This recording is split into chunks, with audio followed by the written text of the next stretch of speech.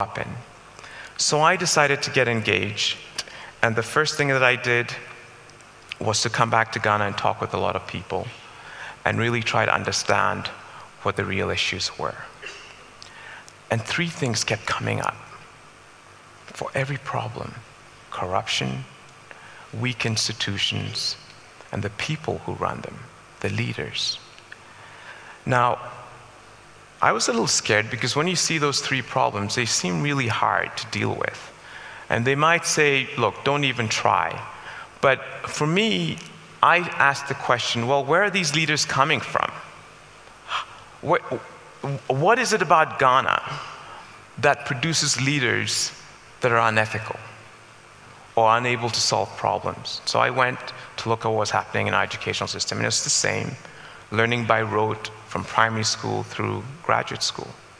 Very little emphasis on ethics, and the average, the typical graduate from a university in Ghana has the strongest sense of entitlement than the sense of responsibility.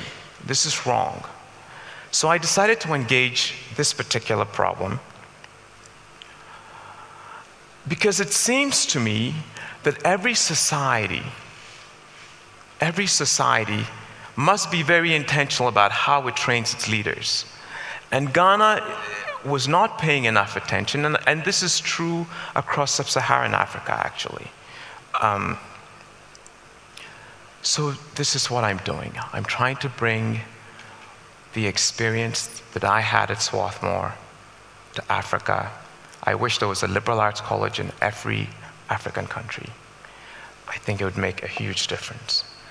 And what Ashesi University is trying to do is to train a new generation of ethical, entrepreneurial leaders. We're trying to train leaders of exceptional integrity who have the ability to confront the complex problems, to ask the right questions, and come up with workable solutions. I'll admit that there are times when it seems like mission impossible. But we must believe that these kids are smart, that if we involve them in their education, if we have them discuss the real issues that they confront, that our whole society confronts, and if we give them skills that enable them to engage the real world, that magic will happen. Now, a month into this project, we just started classes, and a month into it, I come to the office and I have this email from one of our students, and it said very simply, "I am thinking now." And he signs off, "Thank you." It's such a simple statement, but I was moved almost to tears because I understood what was happening to this young man.